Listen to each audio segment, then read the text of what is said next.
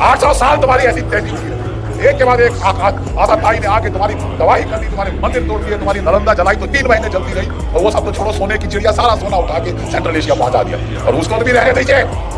आपकी इज्जत भी उठा के ले गए आपकी औरतें बेचने के लिए वेश्या बाजारों में, और उसके बाद तुम शांति की बात करते हो। Are you dead? जो आदमी जिसकी औरत को उठा के बेचा जाए वो शांति की बात करता है। आपको लड़ने का मारा जगाना होगा। ये जो है ये जंग, आप कीजिए गांधीवाद का जंग, ये बहुत हो चुका। इनका हिसाब चुकाते चुकाते हम खाक हो जाएंगे। हजारों राठौड़ मारे जाएंगे लेकिन कुछ नहीं होगा। ये मेरे तुम्हारे या किसी टॉक शो की बात नहीं है मेजर, पूरी कायनात की बात है। इसलिए जो सर तुमने मिट्टी में धसा रखा है ना, शुतुरमुर्ग की तरह उसे बाहर निकालो और देखो, विवेक का इस्तेमाल करो, समझ जाओगी। जो लोग इतिहास से सबक नहीं लेते हैं वो इतिहास में खो जाते हैं। You are guilty, I am guilty, all of us are guilty.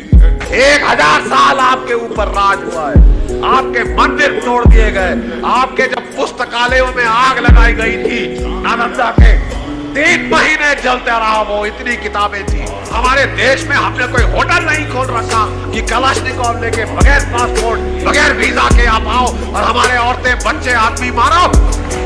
आप लड़ना चाहते हो तो लड़ो सामने मैदान में आके, हमको तनख्वाह मिलती है लड़ने की।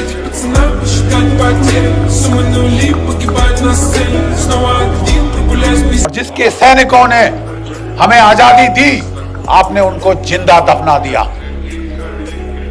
60,000 की इंडियन नेशनल आर्मी थी जो सुभाष चंद्र बोस ने रेस करी थी, खड़ी करी थी।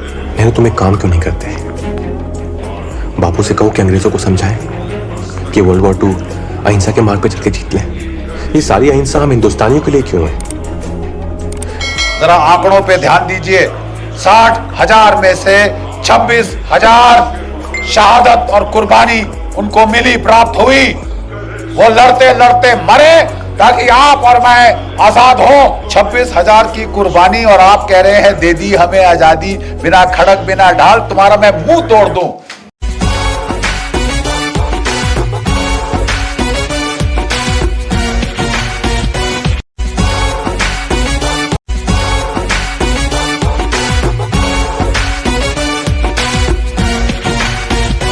वो 26,000 जो हमारे परिवार जो वहां जिनके घर में मातम बना है, आप उसको भुला सकते हैं कि हमने साहब लाठी खाई, हम प्राइम मिनिस्टर बनेंगे, हम क्या कहते हैं होम मिनिस्टर बनेंगे।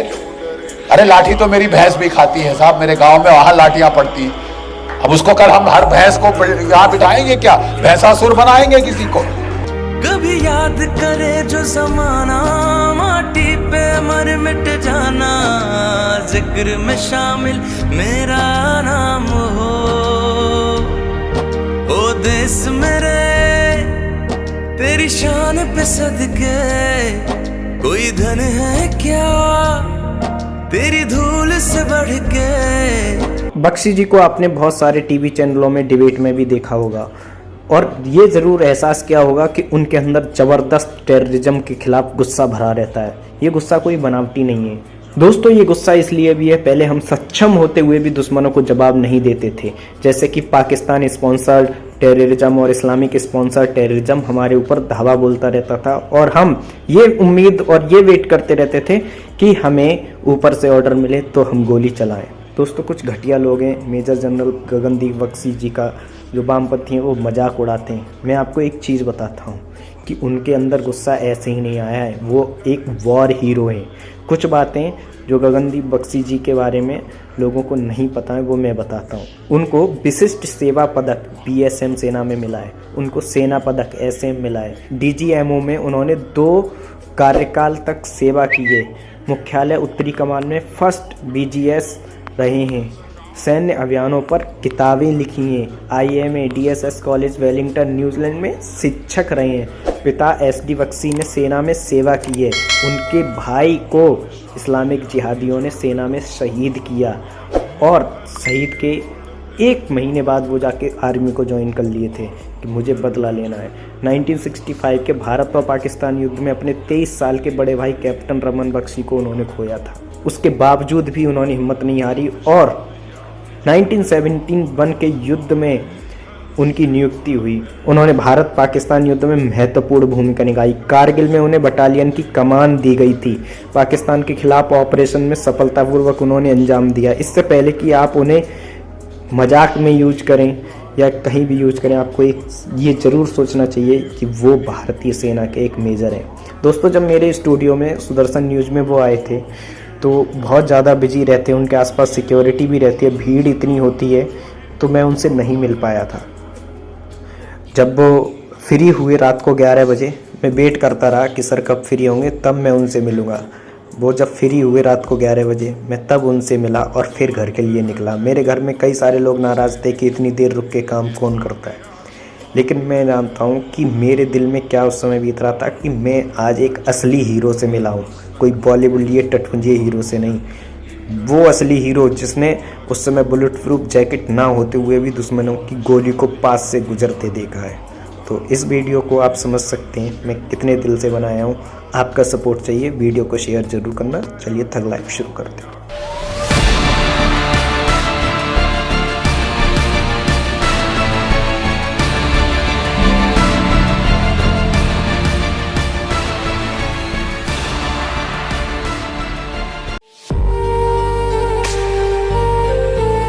अपनी सर्विस की पहली रात हम लोग लड़ाई में थे।